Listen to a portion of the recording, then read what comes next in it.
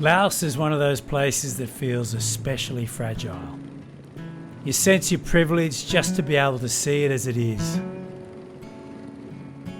It's felt like that for decades. And miraculously, even on my most recent visits a few years ago, it still feels like that. That precious fragility is especially present here in southern Laos, just over the Cambodian border. Protecting this place from the ravages of mass tourism is a unique challenge.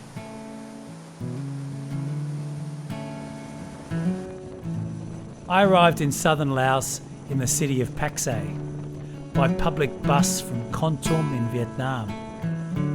It was a pretty rough old ride. Chào anh. Hẹn gặp lại anh nhá. Mai anh về đúng không? Though my recollection of that ride gets better as time passes. Mai về cẩn thận nhá, không sao anh. Chỉ có 3 người đúng không? Không là There's another video on the journey between Khon and Laos on this channel. Okay, we passed from one bus.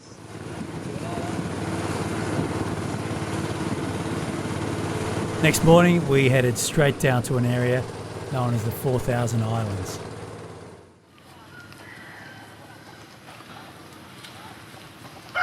We're on Don Khon, one of the islands, one of the 4,000 islands in the far south of Laos, right by the Cambodian border. And we're right on the Mekong River. These, well, they say there are 4,000 of these islands. I'm not sure how many there are, but we're on one of the larger ones. There's only a handful that actually have accommodation and some development, but it's pretty basic. It's beautifully basic. And there are a handful of old French colonial era buildings on this island as well. And you can see one behind me, and you would have spotted one earlier on as well. So we're just checking out Don Khon for the first time, and we had a beautiful storm earlier. It's early November, so it's got getting towards the end of the wet season. The Mekong is running very, very high and very fast past us, and it's a beautiful afternoon for a little bit of exploration of Don Khon. So join us for a look. Sabadi.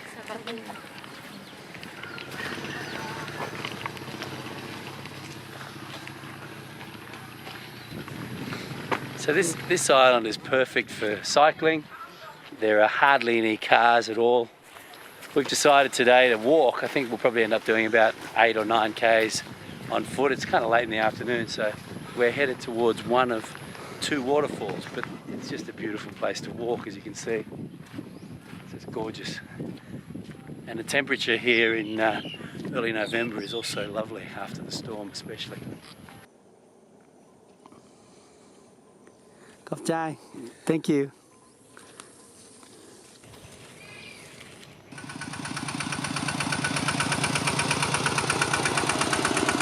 Sabadi. This is about as nasty as the traffic got along our little walk. Well, it wasn't really a waterfall, but it was a gorgeous little spot and a fabulous walk, and we could continue exploring the next day.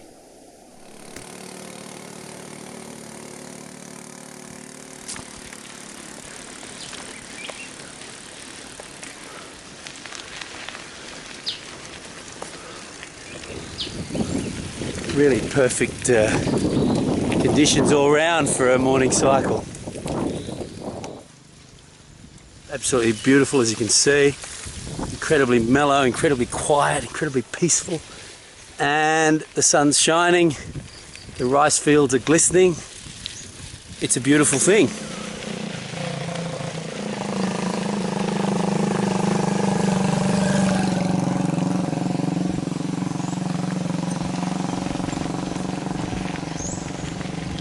Looking across the river here at Cambodia, and this little spot for us is just a piece of Mekong beauty, but for the French this is where one of their great ambitions for the Mekong River came unstuck. this area is impassable or unnavigable, if that's the correct word, by shipping. The French had an ambition to run ships all the way up the Mekong from Vietnam into China, and believed this would be a fantastic trading route. And that ambition came unstuck right here in the 4,000 Islands area when they discovered that the river was impassable. But they didn't give up. They actually decided that they could deal with this problem by building by having boats that could be dismantled and then carried up onto this island and carried across past the most severe of the falls. And so they built this dock that we're standing on here, and they built a ramp, and they would pull up the boat, dismantle it, and then there was a railway track that ran from here across to the other side of the island, and then the boat could be reassembled and refloated.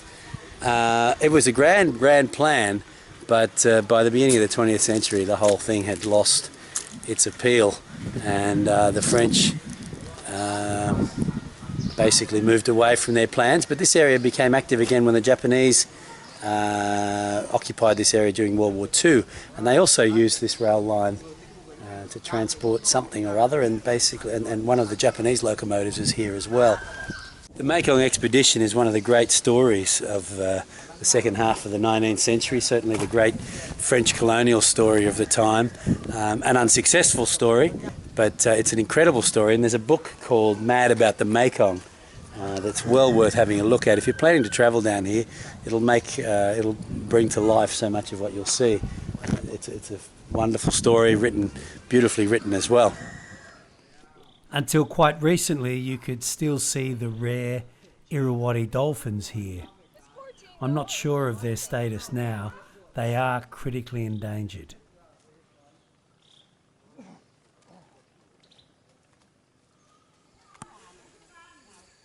Hello, mate. Any place where you can only get around by bicycle or on 2 feet gets my vote. Keeping it that way will help to save the magic of this place.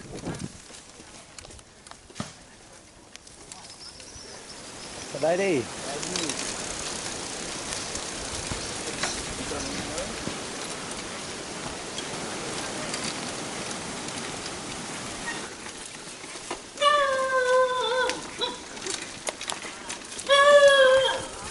Look at this countryside. Whoops, shouldn't really be trying to ride through this with one hand.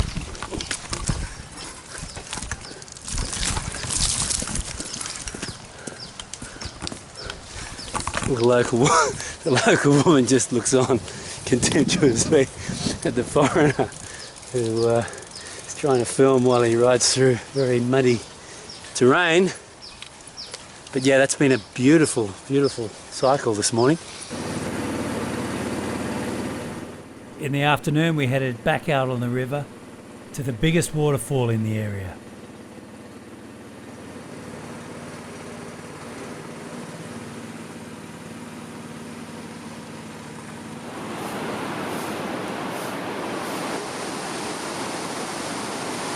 At the moment we're at a place called Khon, which is the biggest waterfall in Southeast Asia. And I guess they measure big by water volume rather than by the height, because as you can see, it's not incredibly high, but the torrent is biblical. It's incredible. This is an unforgettable spot. But those who know the Mekong well will tell you that these days, the flow of water here and all the way down to Vietnam is only partially controlled by the seasons and rainfall. Dams, mainly Chinese controlled, are now the biggest determinant of the flow on this river. It's a massive regional political issue that doesn't get very much attention. And it's also affecting the food supply in Cambodia and Vietnam. The Mekong is the lifeblood of all the countries that surround it. The country most dependent on this river is landlocked Laos. but Laos has 79 dams on the Mekong. They're generating electricity for fast-growing Mekong economies. These falls may have left the 1860s French Mekong expedition despondent about the dream of a Mekong trade route to southern China. But the French didn't stop trying. Decades later, they were at it again, and everything from this bridge, this old locomotive, and the colonial era buildings are ruins of an ambition still unrealised. A tiny graveyard in the middle of a rice field tells another French colonial story. Thousands of Vietnamese were sent to Laos and Cambodia by the French to work in and help run their colonies. Many of their descendants are still here.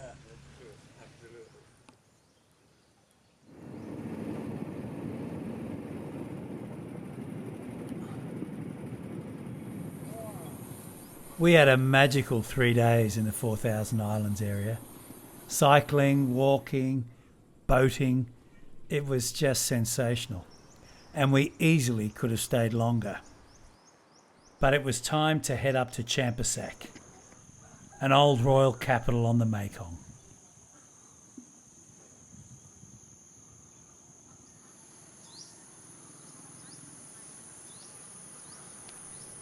Even by Laos standards, downtown Champasak feels mellow.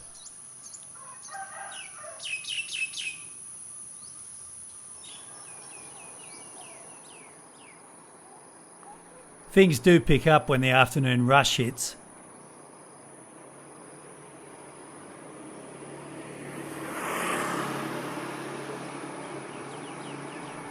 Champasak is home to one of Southeast Asia's most enchanting ruins.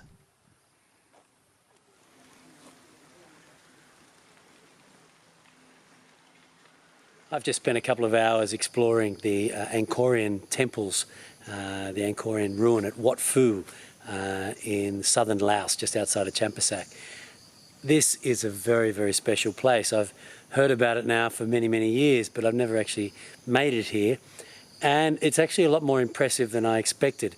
There's a lot more, the temple ruins are a lot more substantial than I expected. And if you've been to Angkor Wat, obviously you're not going to find a rival to the scale and the magnificence of those temples. But this is Wat Phu is a contemporary of Angkor Wat. It was actually built at the same time. The setting is probably more spectacular than any setting I've seen for any Angkorian temple. So the setting is just magnificent. Amazing. The ruins at Wat Phu date back to the 11th century. These are Khmer Hindu structures created by the same Cambodian civilization that created the temples of Angkor to the south of here. If you've been to Angkor, you'll see many similarities.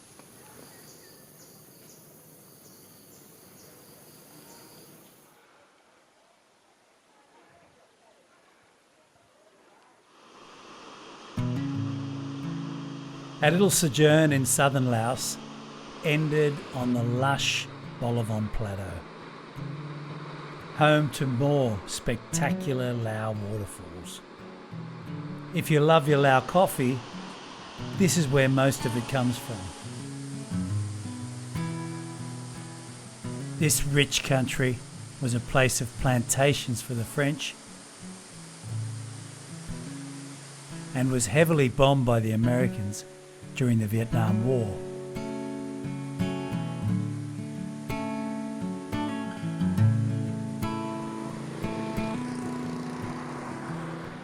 Thanks for joining me. For more on travel in Laos, head over to rustycompass.com. Hit the subscribe button before you go to jump aboard future travels, and we'll talk again very soon.